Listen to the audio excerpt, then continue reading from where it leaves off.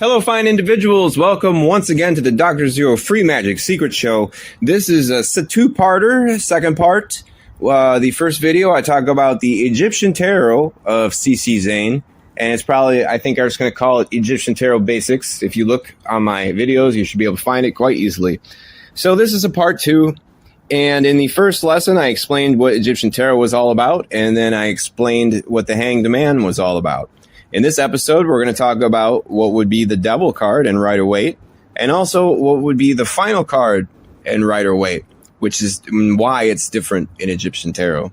So, the thing with Egyptian Tarot, what's interesting about this book by C.C. Zane, he's a guy who took the scheme of tarot that was known to the Hermeticists prior to Golden Dawn and released basically like a completely different version of tarot that was far more advanced than just using the Tree of Life. So it's modeled on a thing called the Grand Pentagram of the Universe, and it teaches Jewish Kabbalah, everything the Tree of Life teaches, but back to its original Egyptian roots. And the schemes and stories there, and all the pyramid mystery lessons and such. And there's a definite number scheme behind this and all this. So this book came out in the 1920s, 1930s. And just like a lot of the old books, the way that this kind of flies under the radar of people who might have a problem with it is that back in the day, especially this one, he kind of puts the knowledge about what the card would mean, affirming the biblical lesson of it, so that someone who would be like superstitious or scared of this book would not be freaked out so much. So he when he talks about the card, he not only talks about what it means as far as like a Bible lesson is concerned, or what it means with the Freemasons or in other spiritual traditions of the sort. He also talks about hardcore magic. That's the thing. He gets deeper, like deep. Like he turns into Cornelius Agrippa, the same fake out Cornelius Agrippa used with 3 books of occult philosophy, where he's almost like apologizing for his own book and talking about the glories of God. And then he's like, oh yeah, by the way, here's all this stuff. Not quite to that, obvious volume 11 that Agrippa has, but so this is the part in the book where it finally gets to card number 15, and each card is called an arcanum because it's a principle, and an arcanum is like it's like you say archetype with imagery. The arcanum is the trope of magic, I guess, the pillar of magic, the sort of magic, the sort of you don't want to say stereotype, but there's probably a better word, but I don't know. But arcanum is the word, and it sounds really cool. So this is Arcanum 15. In all the decks it's called the Devil. In this one, it's called the Black Magician. So, Arcanum 15, the Black Magician, is in Egyptian, it's Xiron. Xiron. I know someone's going to pop up with a Facebook profile with that name. That's going to be cool. That's quite a cool magic name, Xiron. Xiron. Anyway, Hebrew, Samek. English X number 15. Astrologically, Saturn. Aha. I think in Rider-Waite, they do it as Capricorn, perhaps. And that makes sense as well, but Saturn here obviously makes a lot of sense as well. So, color blue, tone G. Occult science, weather predicting. Human function, the physical body. Natural remedy, naturopathy. And its mineral is lead. So let's get into this. X15 expresses in the spiritual world predestination. In the intellectual world, mystery. In the physical world, unseen fatality. I'm not sure why, but again, it's the number scheme behind this, which he will elaborate further. So here's his little preamble. Remember then, son of earth, that the most unprofitable thing in the world is selfishness. Pride and rebellion but enchain the soul to lower spheres. But all trials and misfortunes, accepted with resignation to the supreme will, are an accomplished progress, bringing an eternal reward.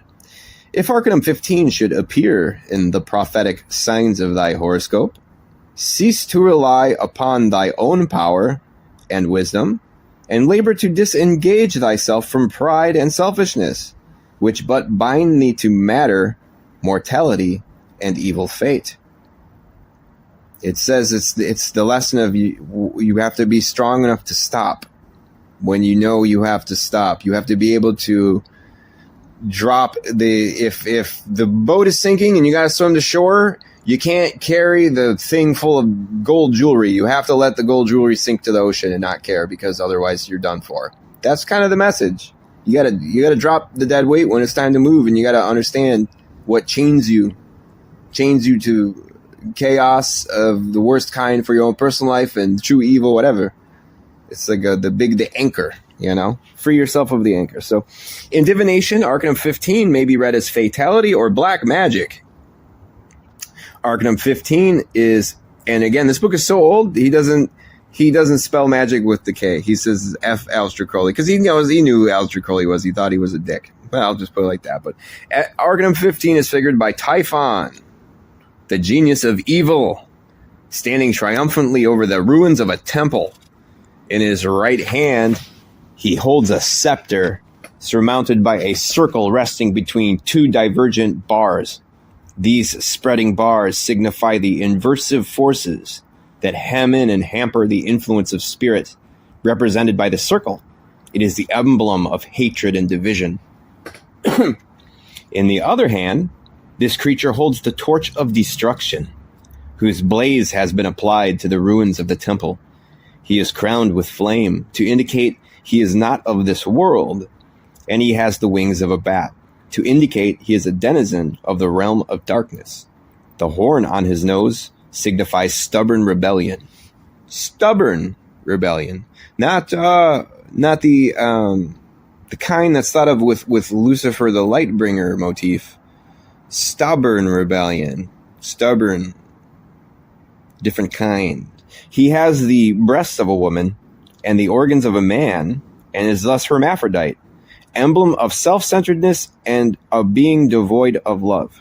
Now, let me interject. When they talk about in the Egyptians, they saw the hermaphrodite as the emblem of something that could be devoid of love, because they can't have the union, can't have the normal life or whatever. It's seen like asexual. Like the point, your pansexuality and the fusion of pansexuality is the transcendented thing driving a lot of this.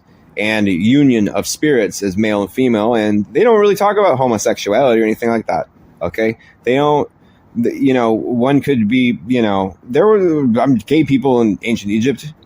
It's just like everything. The straight people run the world, so they're the ones writing the scripts. When you win the war, you write the reality. But a lot of gay people, a lot of gay men, and so like. Yeah, anyway, that's when they, so don't feel bad about the hermaphrodite. They're not making fun of anyone. It's a general old school Egyptian glyph. So the body is that of a hog, right, to denote greed. The feet are those of a goat to indicate the sign Capricorn. Aha, see, it ties in the rate of weight. The home sign of Saturn, or quote unquote Satan. The sign most devoted to material ambitions.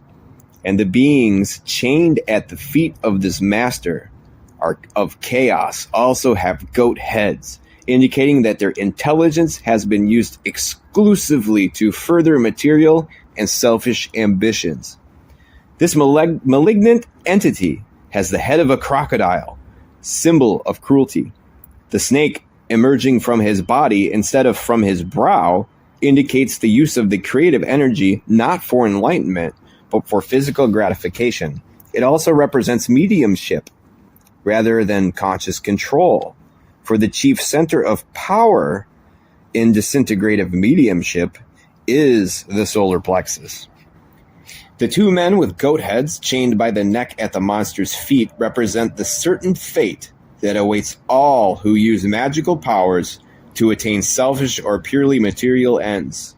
Sooner or later, they become slaves of the very forces they have used and are finally completely destroyed in body and mind, and even after passing to the next life, are chained by their evil deeds in the underworld. All such evil entities of this plane and the next survive by preying on the ignorance and credulity of others, as shown by the sign of sorcery they make with their hands. They are racketeers and gangsters of both planes. And the ensemble, taken as a whole, indicates both the bondage and the fate of those who follow the inversive path and become dominated by the spirit of selfishness. Number 15, numerically, 15 is the second decav of 6. Arcanum 6 represents trial and temptation. And Arcanum 2, being negative, may bring a yielding to such temptation to use invisible energies to gain personal ambitions at the expense of others. 15, therefore, in this sense, is the number of black magic. 5 is the religious hierophant, indicating the intellect dominating the elemental world. But adding 10 brings a change in fortune. And if this change of fortune precipitates the master from his height, the 5 is reversed, and the elemental world dominates the intellect. Thus, the higher the station, the farther the fall. And when such fall occurs, the exalted priest becomes a prince of evil, and is then represented not by 5, but by 15. Astrology, I suppose, from a very extensive study of birth charts and the influence of progressed planets in the lives of people, that the influence of the planet Saturn coincides with at least 1/2 of the total of all human suffering and misfortune. He is the planet of crafty selfishness, and more than any other planet, seems to represent an inexorable fate. He well corresponds to Arcanum 15. Human function. The physical body is man's universe of matter. It is the external vehicle through which the soul gains experience and manifests its developing attributes. It should always be governed by consideration of what actions, thoughts, and feelings contribute most to universal progression. But alas, all too often it has made merely the seat of animal gratification and the organ by which man gain purely selfish ends. As the most external of man's forms, and thus the least spiritual, the physical body corresponds to the planet Saturn and to Arcanum 15. In alchemy, Arcanum 15 is the impure ingredients which must be eliminated in any type of alchemy. In mental alchemy, they are the discords which are annulled. In spiritual alchemy, they are the material effects as distinct from the influence on the character. And in general, this arcanum represents the dross which rises to the surface of the fluxed mixture of as a scum or excess slag, which must be skimmed off and cast aside. Now, in the Bible, I guess you really want to hear this because it's about Satan. All the various references to Satan give us the picture of Arcanum 15. Thus, Matthew 8:31. So the devils besought him, saying, "If thou cast us out, suffer us to go away into the head of the swine." So the forces obsessing these men passed into swine, or were symbolized by swine because of their greed. And their dashing down a steep place to perish in the sea well depicts the condition and the end of those who are ruled by selfishness, their affinity for evil forces, precipitating them into frightful practices that are supported by abandoned emotions, and which sooner or later engulf them in an ocean of misery. Arcanum 15 is also the star of religion inverted. Revelations 8:10, and a third part of the waters became wormwood. And many men died of the waters because they were made bitter. That is, the emotions of men became corroded by selfishness. Revelations 9:1. And the 5th angel sounded, and I saw a star fall from heaven unto the earth, and to him was given the key of the bottomless pit, as the smoke of a great furnace. And the sun and the air were darkened by reason of the smoke of the pit. Thus is described in accurate symbolism the slums and hells of the astral region, and the works that emanate from those regions. Some maintain that the inversive brethren can have no organization, but they are certainly misinformed. These entities are, in truth, the racketeers and gangsters of the life after death. Even on Earth, bandits and gangs have their organizations and their leaders, and such parasites on society, when they pass to the other side, retain all their evil propensities and their cunning. They are human beasts of prey that hunt down and try to destroy the defenseless. Their chief method of getting victims is through having ideas widely accepted that are untrue and which place people in their power. To get these ideas thus widely accepted, they have recourse to thought dissemination, to the suggestive power of repetition, to insinuations, to platitudes, and to inversions. Inversion is a method of presenting some idea in a manner that the lie is deeply and inconspicuously concealed amid much truth. The more real the facts and the more widely they are recognized as facts, the better they afford cover for some cunning lie. The inversive twist, by which the whole matter is made to appear to have a meaning exactly the opposite of its true purport, is made to occupy so small a portion of the whole presentation, and is so cunningly concealed by sophistical handling, that it escapes the notice of all but the most acute. And this inversive twist, the misinformation or misinterpretation, is so worded as to be subject to no direct and simple test of accuracy. It is left as full of loopholes as possible, so that when one presentation of the matter is proved to be a lie, it can be said that after all something else was meant. These inversions, having their origin in the astral hells by those who would prey upon the credulity of the human race, are well symbolized by smoke arising from the pit to darken the sun and air. And St. Paul recognized this invisible influence when he says, "For we wrestle not against flesh and blood, but against principalities, against powers, against the rulers of darkness of this world, against spiritual wickedness in high places." So in Masonry, in the past master's degree, the power of the forces indicated by Arcanum 15 are represented by a riot when the candidate attempts to preside over the lodge and it's dethroned. The secret master's degree is represented by Arcanum 14, but the master's elective 15 degree is indicated by Arcanum 15, in which the ruffians who assassinated Hiram Abif are overtaken and captured. They attempted to take passage to Ethiopia, the dark underworld region, but were overtaken and paid the penalty. Magick. In Magick, Arcanum 15 indicates all those methods by which the selfish and evil strive to gain control of others, to exploit them, and to make them their slaves. This subject is elaborated in detail in Chapter 6 of Course 18, Imponderable Forces, another awesome book with lots of black magic talk. So anyway, but here it is convenient only to point out that as soon as some religion, some political doctrine, or some philosophy gains a goodly following, that the common course is for it to fall into the hands of those who use it for their own selfish interest. There are those on both planes who have powerful intellects but no spirituality.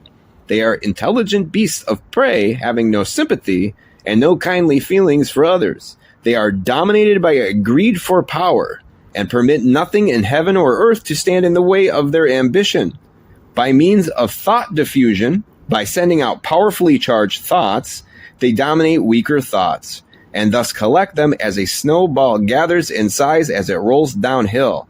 They gain acceptance of certain ideas, which are utterly false, but which are advantageous to themselves. They worm themselves into the highest positions of authority by showing power of leadership, and as soon as they reach a position where they can do so, they begin to betray their trust by warping ideas and twisting truths, so that doctrines which were once spiritual and pure become the very reverse of this.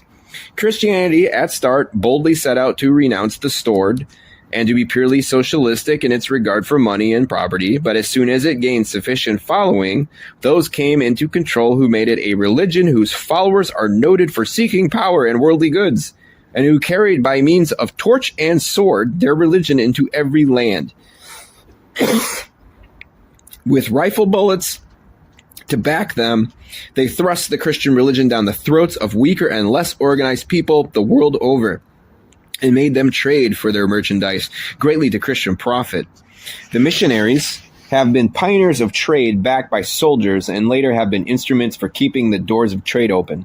The bloody crusades were for the purpose of establishing the religion of peace and goodwill by means of the sword, and Christianity, as witnessed by the world wars, continues to tolerate the murder of one nation by another. I am not commenting on whether war is necessary, or whether the preachers did right in praying that God would help their soldiers kill the enemy. I am merely pointing out that right or wrong, the original teachings of Christianity, as soon as the religion grew strong, were twisted to mean just the opposite of their original intent. Confucianism was originally merely an interpretation of the Tao, but it degenerated into a political lever used to persecute those who followed other doctrines.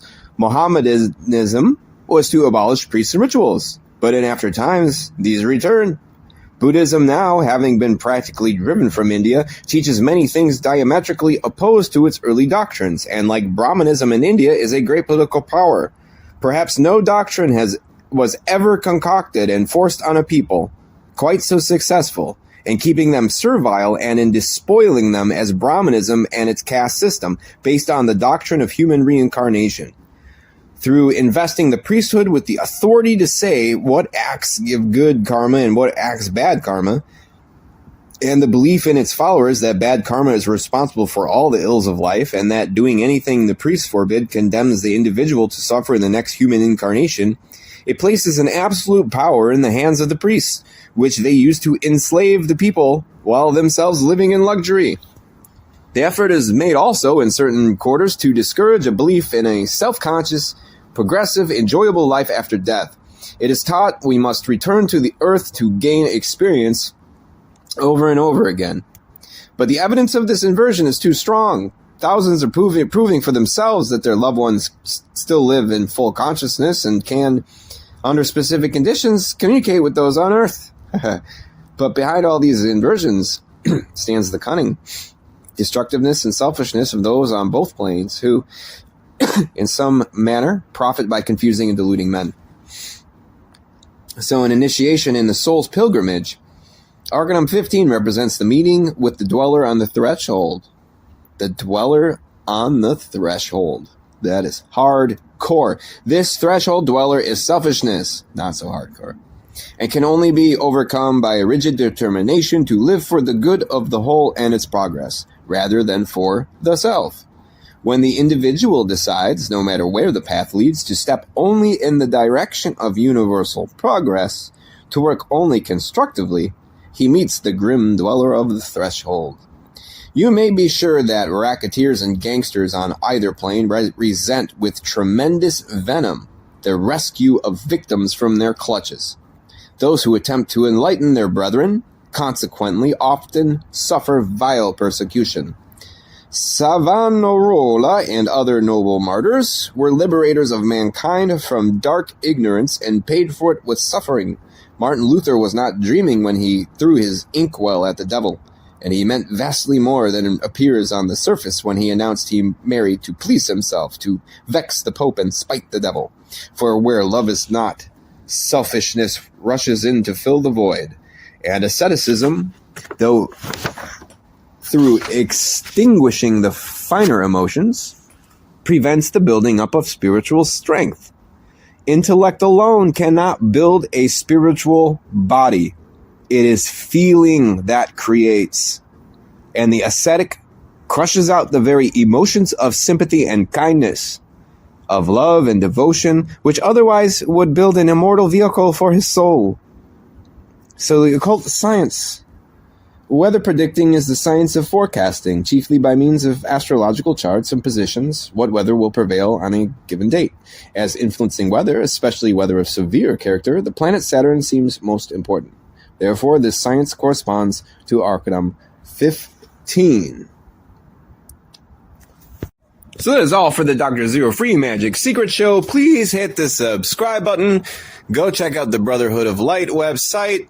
I can't vouch for their organization. I don't work for them on any of this. I just think it's a great book and a great deck. They're available. Spend the money. Get the white hardcover Sacred Tarot book from them. Brand new, crisp and clean. You won't be disappointed. It's epic as epic gets. It's like 700 pages or something. And then also the cards. Just buy the bigger version of them. And if you can find the black and white cards from the 1930s, they're worth quite a penny. And they're really cool. Sometimes they're on eBay. Sometimes somebody doesn't know what they got and they throw them up for cheap. Other times they're like $200. So Anyway, that's that. I'm going to return with a third lesson later on. This one went too long, and so then the final installment will be about the final card in the tarot series, where it talks about the extent of Pluto and the number 0, how that, like, the Fool is actually the end of this sequence as opposed to the beginning, because this whole sequence of cards begins with the Magician or the Magus. He's called something else, I think, here. But anyway, talk to you folks later.